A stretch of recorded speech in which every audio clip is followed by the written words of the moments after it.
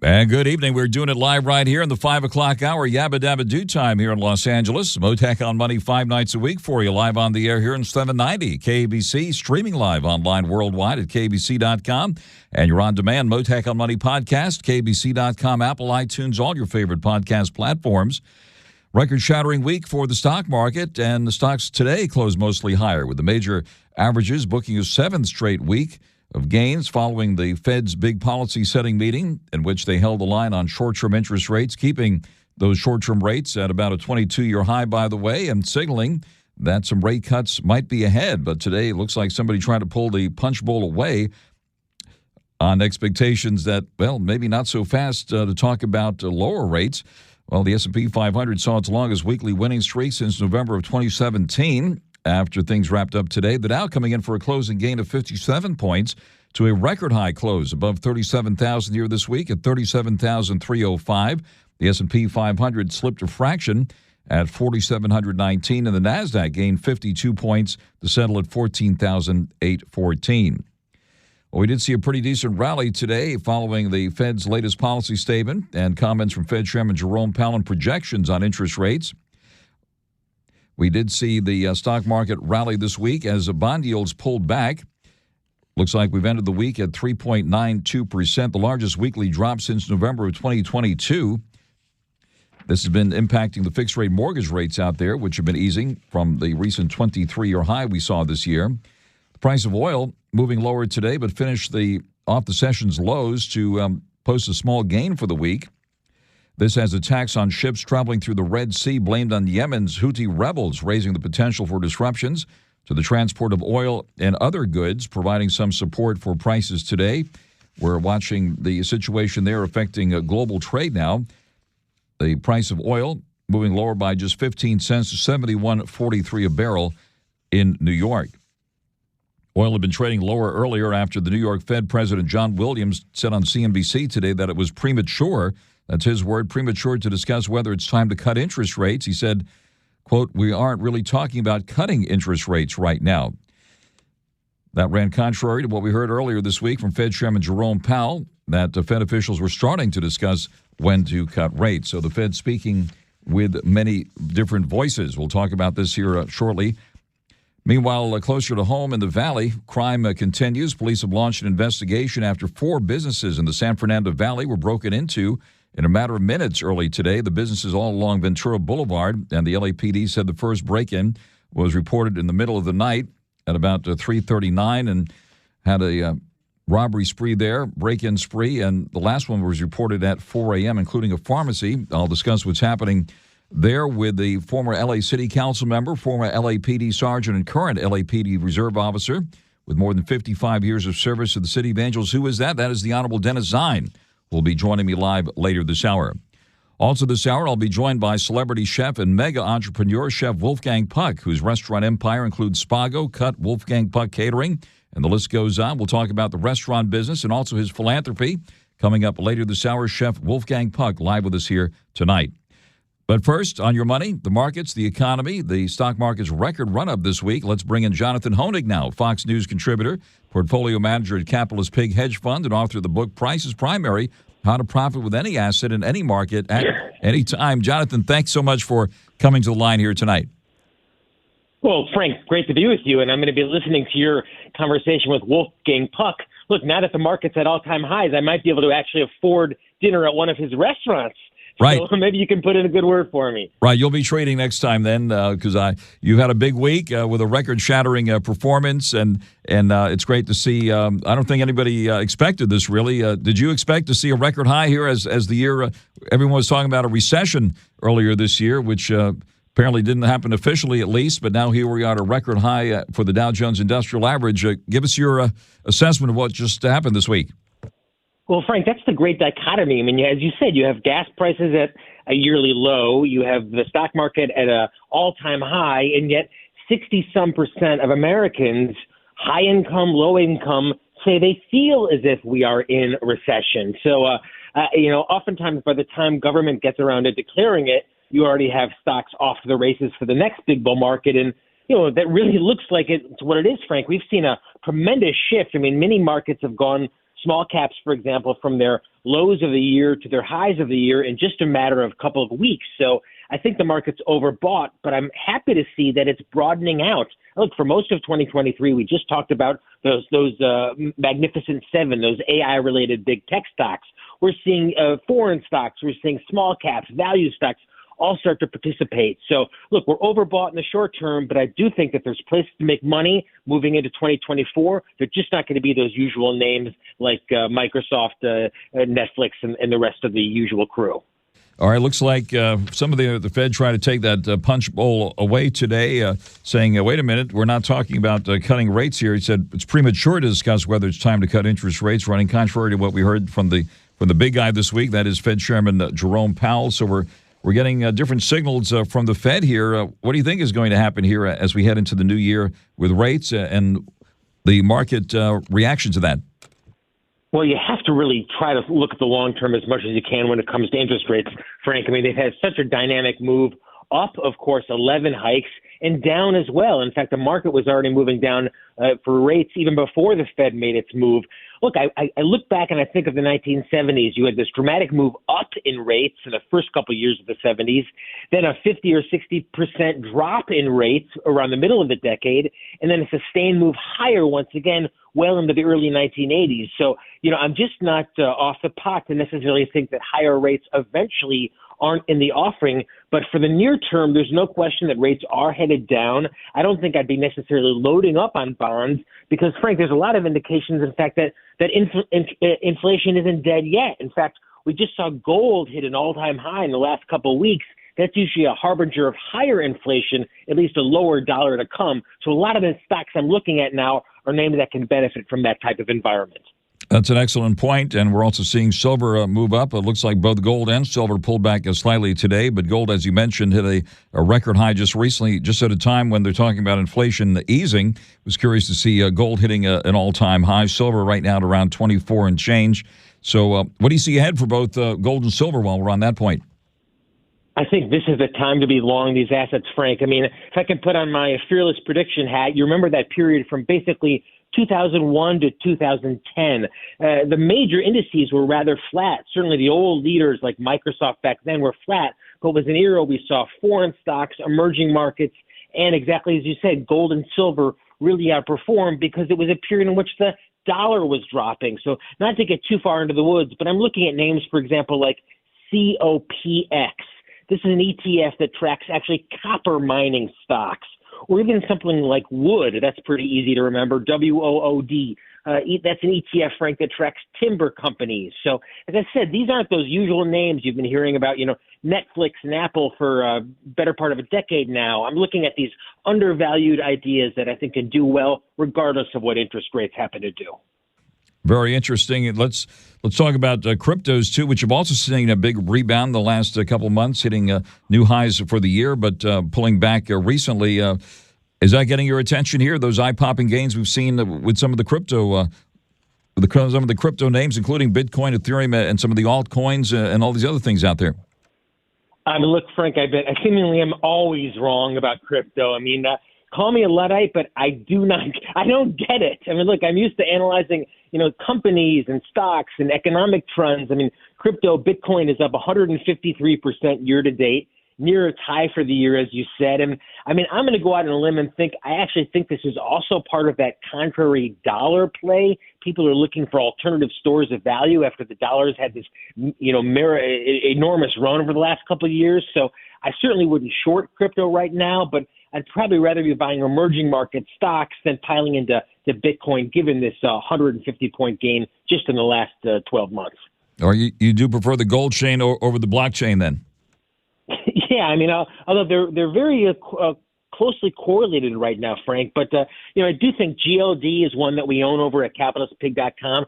That's the ETF that just tracks gold. Or if you really want something, I think, a little bit more esoteric and risky, but also great opportunity, Palladium, PALL. That's the ETF that tracks Palladium. Again, you always want to consult a financial advisor, Frank, do your own due diligence, but it's down 60 or 70% over the last 12 months. And I think if gold continues to get its bid, as they say, a rising tide lifts all boats, you'll see platinum and palladium rally as well. And there's ETFs that track both those names. Well, thanks for your honest assessment on cryptos. On this program, we talked to the biggest fans of cryptos, people who are really into it, as well as the harshest critics. Some people on this program will not touch them at all, despite the eye-popping gains we've seen recently. Of course, we've seen eye-popping losses as well.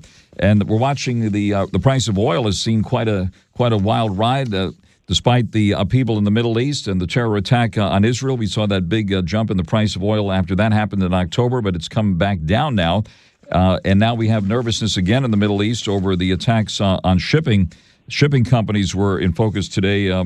Jonathan Honig, what are your thoughts about oil and what's going on there in the Middle East and also the shipping company aspect of this now? Well, Frank, I've been bullish on big oil companies on your program for the better part of a year now, and they've been extraordinarily weak. But I think, again, if you're trying to look longer term around from just 1 or 2 days headlines, I think, the big oils, the Chevron, the Exxon Mobil, I think you can continue to own for the long term.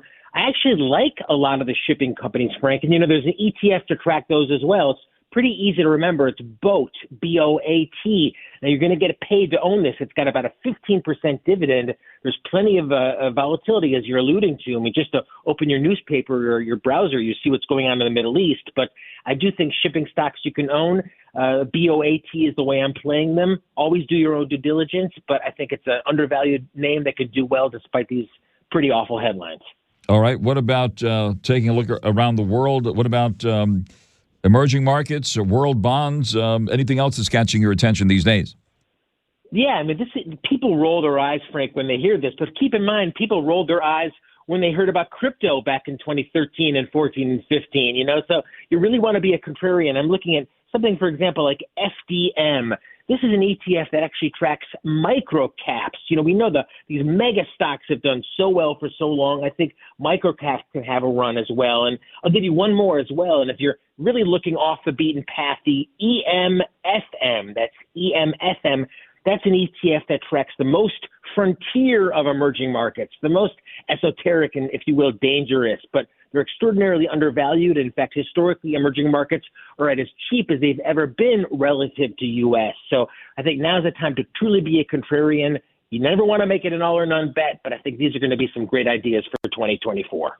All right. Historically, some of the media names have rebounded as the economy improves. And, of course, we've seen a big development this year after that hot labor summer. The actors' strike is over and the writers' strike is over now. And what about the media names, which got so much attention and got so hit hard this year in the face of that labor action?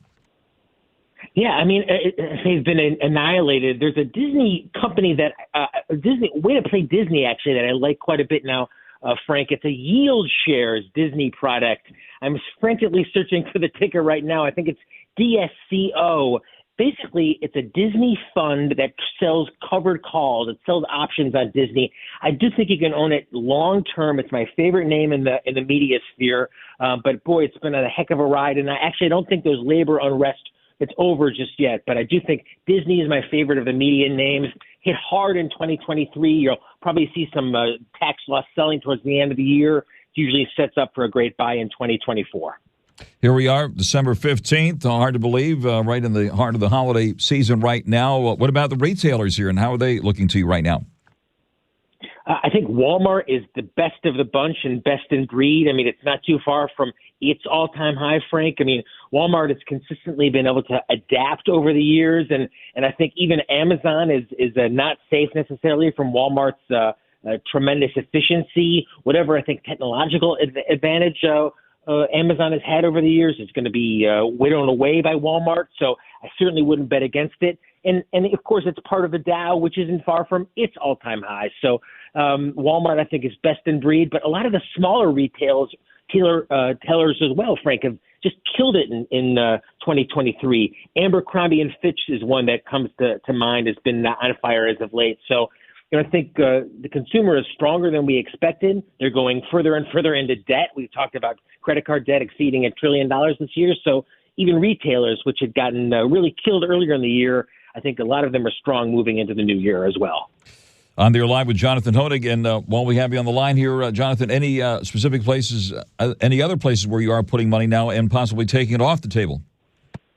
Well, I pulled it up, Frank. Abercrombie and Fitch is up 256% just this year. So, I think there's probably even a little more room to run with a lot of these beleaguered retailers. I'll give you one more on the way out, Frank, and we talked about some of the micro caps and the esoteric names.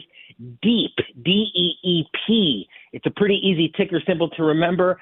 This is an ETF that tracks what they call deep value stocks. So, it's been all growth, all high tech, all very high PE for so long.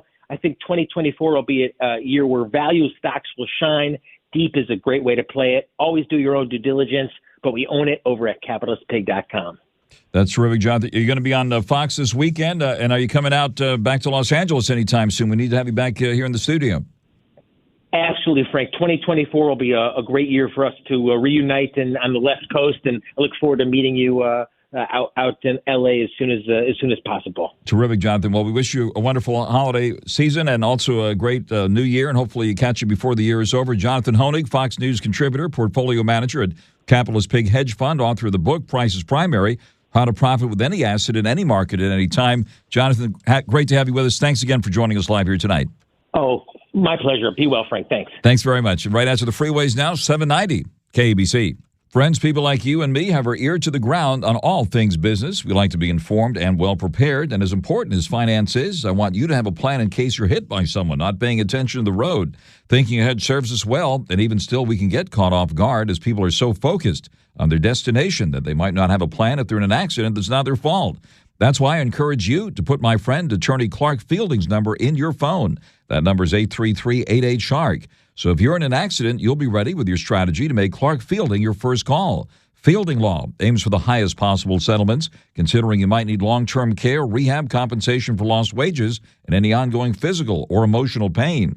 So if you're hurt in any kind of accident, call for a free consultation with Fielding Law. You can trust them. They're honest, respected, and your strategy in case you get into that unexpected accident. Motorcycle, truck, pedestrian, scooter, hit and run, boating, or bike accidents, you name it. The number to call is 833-88-SHARK. That's 833-88-SHARK, or go to clarkthesharklaw.com. All right, it's party time here. Mottek On Money on 790 KABC. A record high close for the Dow Jones Industrial Average to cap off the week. We see the Dow up 57 points here at the bell at 37,305, a record high. Yep. Dow cleared 37K for the first time this week. Was a well-fed rally after the Fed's latest policy statement and projection on interest rates set off a rather rollicking rally this week, with the Dow at a record high here at the close to wrap up this week. The S&P 500 slipped a fraction at 4,719. The NASDAQ gained 52 at 14,814. All this as bond yields have pulled back. The yield in the 10-year note at 3.91%. That's the one that impacts the fixed-rate mortgage rates, which have also pulled back this week. We see a Bitcoin right now down about 200 at 42,042. Ethereum down 8 at 2,236, and Doge at 9 cents. Taking a look at some of the retailers, a lot of people doing their holiday shopping this evening. We see Macy's had a big week, up 9 cents today at $19.71.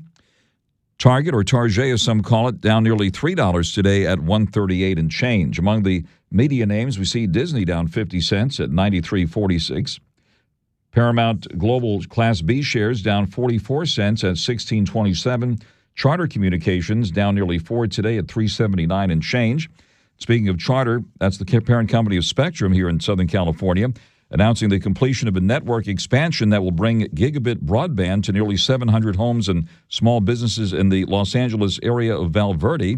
The $1.6 million project comprises more than 10 miles of network construction and funded entirely by Charter Communications, which operates the Spectrum brand here in Southern California. We did get some interesting comments today from one of the Fed heads, and that kind of pulled the punch bowl away for a while for the stock market today, with the S&P 500 ending pretty much flat. We're also watching what's happening in the Middle East, of course, with the oil prices and now attacks on shipping in the region as well. The price of oil did get a boost today. Right now, we're looking at oil coming in at $71.78 a barrel. Gold right now down 11 at $2,033.80 an ounce.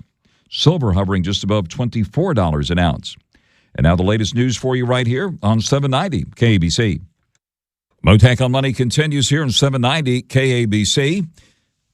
We're watching the latest reports coming in here on that situation that we just heard about from our newscaster. 5 people injured after a shooting at a strip mall in Willowbrook. 2 of those people reportedly in critical condition. LA County Sheriff's Department getting a call at about 2:30 this afternoon about a shooting at a shopping center between El Segundo Boulevard and San Pedro Street. Deputies were seen coming in and out of a bargain store in the strip mall. According to NBC4, 5 people were taken to the hospital. One of those people reportedly died at the hospital as a result of their injuries. The motive of the shooting still not known. Again, a big crime scene set up at a strip shopping mall now in Willowbrook between El Segundo Boulevard and San Pedro Street. We're watching what's happening there, and we'll have the very latest coming up here as soon as it's available. Mottek On Money continues now on 790 KABC. Are you getting hungry? Well, maybe head over to Spago this evening. Joining us live now, celebrity chef and mega entrepreneur Chef Wolfgang Puck, whose restaurant empire includes Spago in Beverly Hills and around the world. Cut, Wolfgang Puck Catering, and the list goes on. He's also famous for his philanthropy as well. And Chef, thank you very much for joining us here this holiday season. Hope you're having a beautiful holiday so far. Oh, thank you. I'm having a great holiday, especially I'm at Cut right now, and I just tasted some new beef. It was amazing. So I started the holiday season great. That is absolutely wonderful. Well, wonderful to have you with us, Chef, and congratulations on a great year. And tell us about the restaurant business these days. Are things back to normal now? I think this holiday season actually has been very good. Last summer was still a little slow here in Los Angeles, but the holiday season has picked up well, a lot of private parties and so forth. So I think we are having a good end of the year. That's wonderful. Remember, last time we spoke earlier this year, hiring was still an issue, right? Are you able to find good people these days? It's still difficult to find good people because a lot of people quit their jobs, quit the restaurant business, and went into something where they can stay at home at night, on holidays, and everything. So what we have to do is really hire the people, train them right, and then pay them well so that way they will stay with us. All right. Inflation, of course, has been a big issue all year long. How's inflation looking on the menu these days?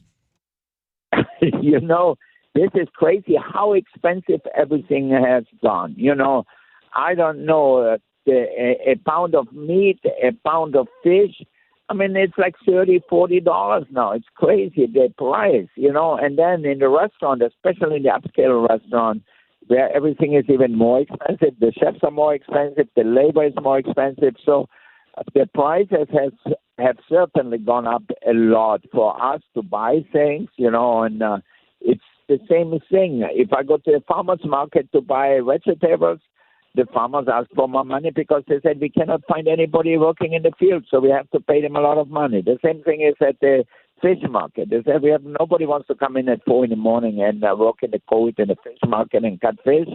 So they had to pay people more money, but they had to pass it on to us. So, you know, prices have risen, but I think people are always willing to pay for quality. You know, people are willing to buy a BMW or a Mercedes or a Porsche or whatever it is and spend the money because they know it's good quality.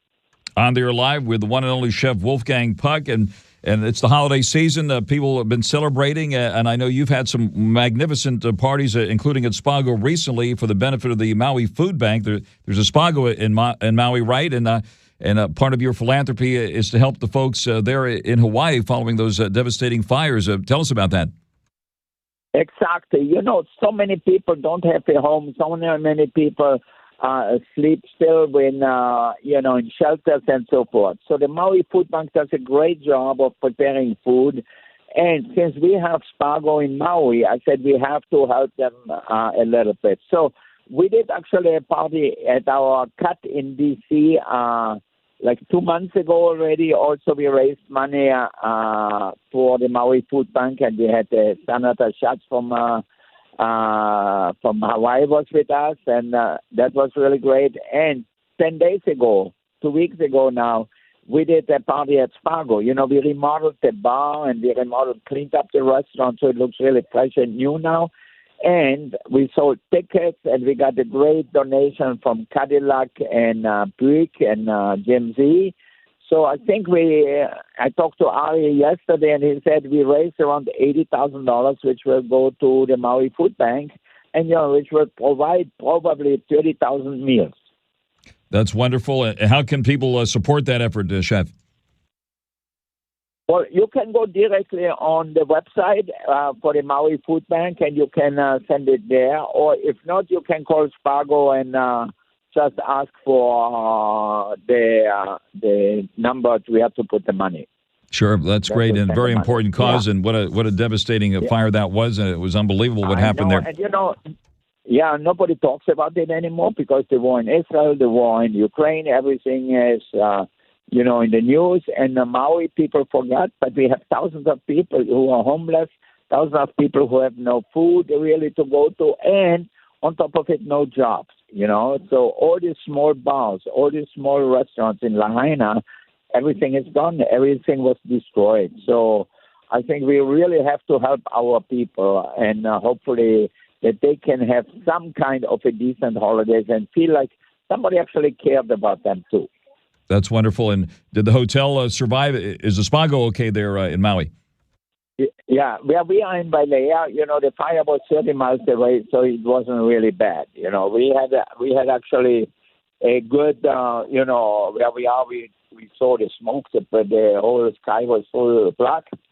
But, we did not get hurt over there. And tourists are coming back. I think the holiday season is okay now. I think it will be full. The hotel will be full. The restaurants will be okay. So I think that all the people there are so generous, and, they tip a little extra for the waiters and so forth. So I think I'm really happy, that Maui is getting back a little bit to normal, though for a lot of people it will take years.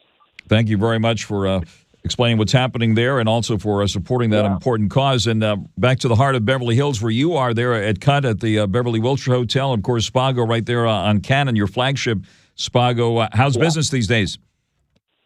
The business these days is very good. We just talked with the manager here and the Chef Drew, who is amazing.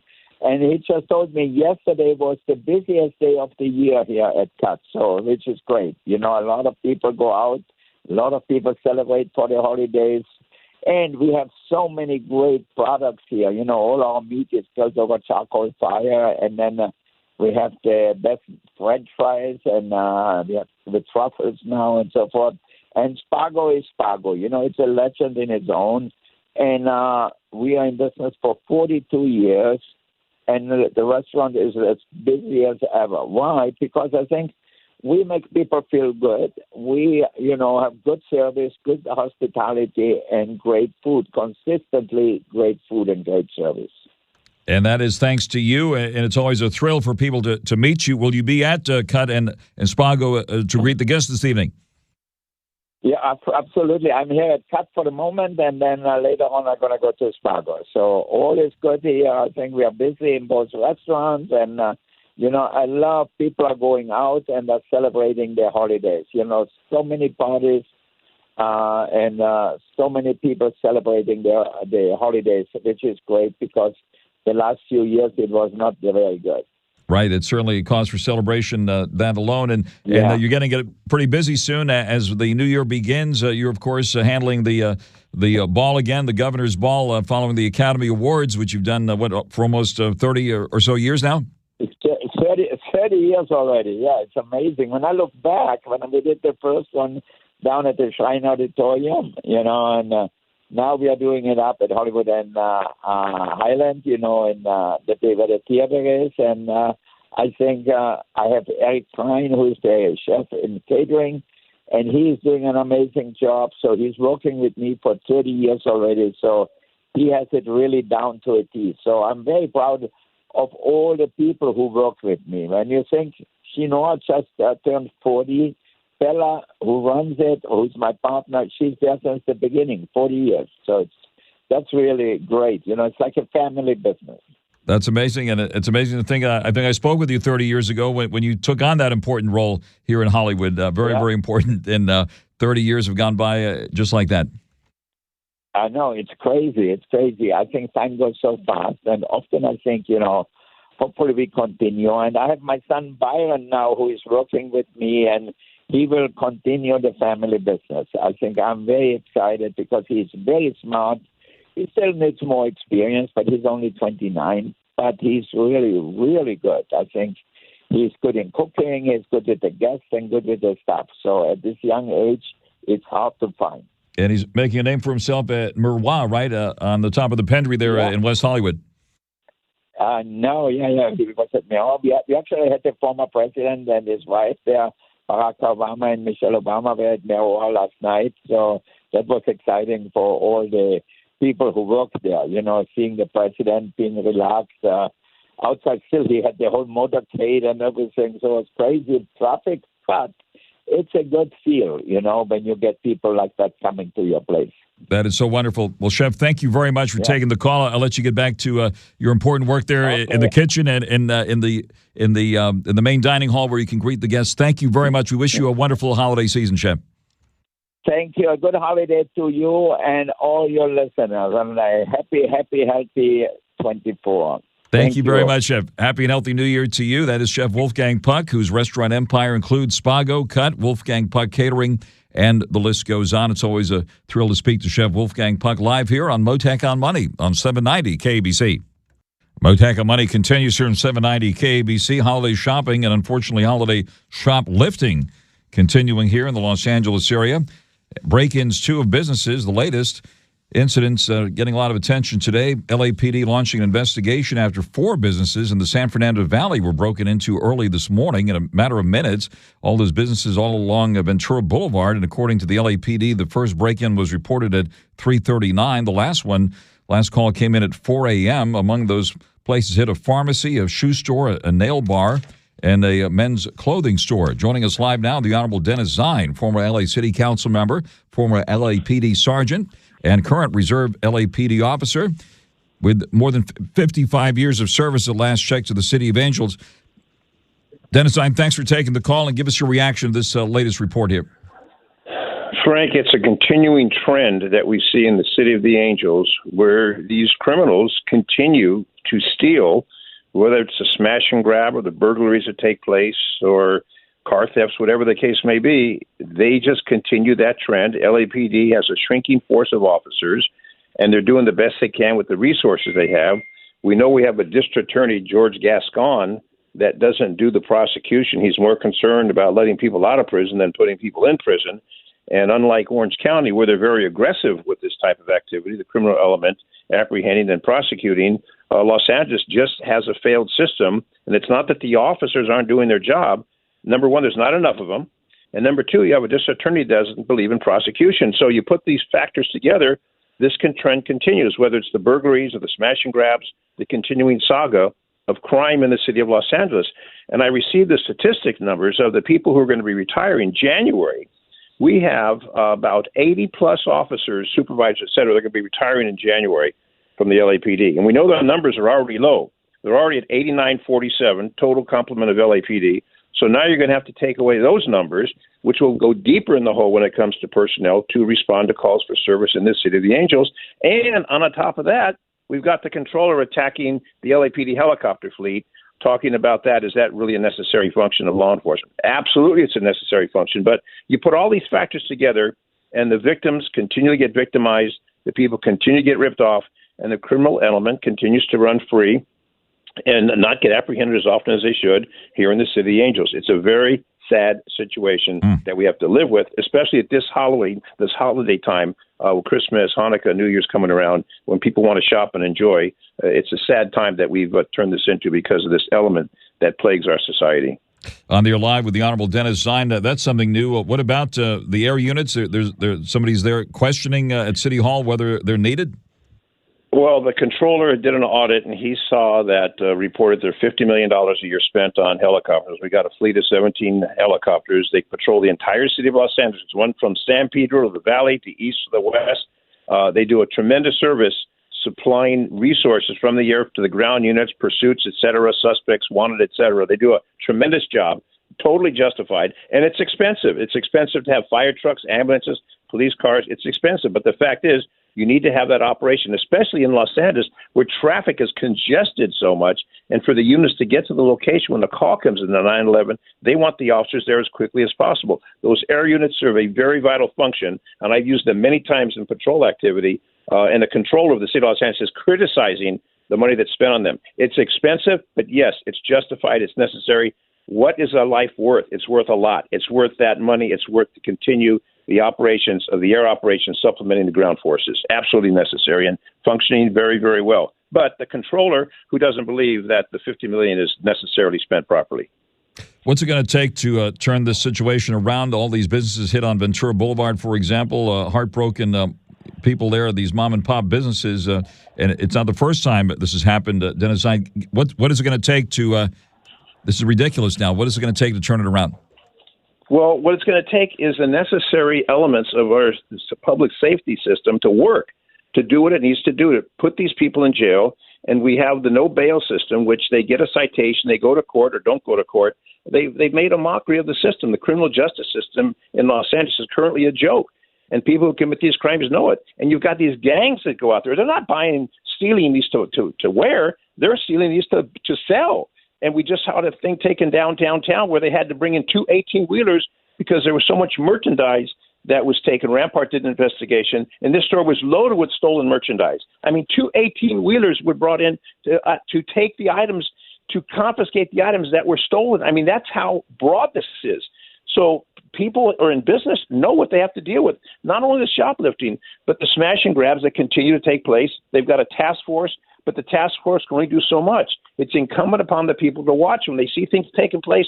Call 911. Yes, there's a delay. They don't have enough officers, but at least call 911, observe, and report anytime you see something that's suspicious. It's very important to do that. And who's the first to respond? The helicopters respond, and they call them the ground units. It's a very effective function, but we need the public to cooperate. But it's a scary time out there. And I know that many people have contacted me personally, and they say, how can I get a CCW? You can get a CCW. You've got to go through the process. And people are saying, should I get it? I say my recommendation is, if you want to get it, you're able to get it now. It's legally permissible to do. The Honorable Dennis Zine, thank you very much, Dennis, for taking the call here. We wish you and everyone there and the entire LAPD all the best this holiday season. Stay safe out there, and thanks very much. I look forward to your next update. Thank you, Frank. Thank you. That is the former LA City Council member, former LAPD Sergeant, and current LAPD Reserve Officer with more than 55 years of service to the city of Los Angeles, the Honorable Dennis Zine. Live with us here tonight. Stay tuned now for the 790 KBC News Blitz. I'll be back again on Monday in the 5 o'clock hour. Mottek On Money, 790 KBC. Searching for last-minute gifts? Shop the last-minute deal sale at Virginia ABC and save 20% on select 750-milliliter bottles. That's 20% off gifts for the hard to shop for. 20% off gifts guaranteed to fit. 20% off gifts to celebrate the season. And 20% off a little gift for yourself. Shop the last-minute deal sale at Virginia ABC. In stores and online December 18th through the 21st. Please sip responsibly.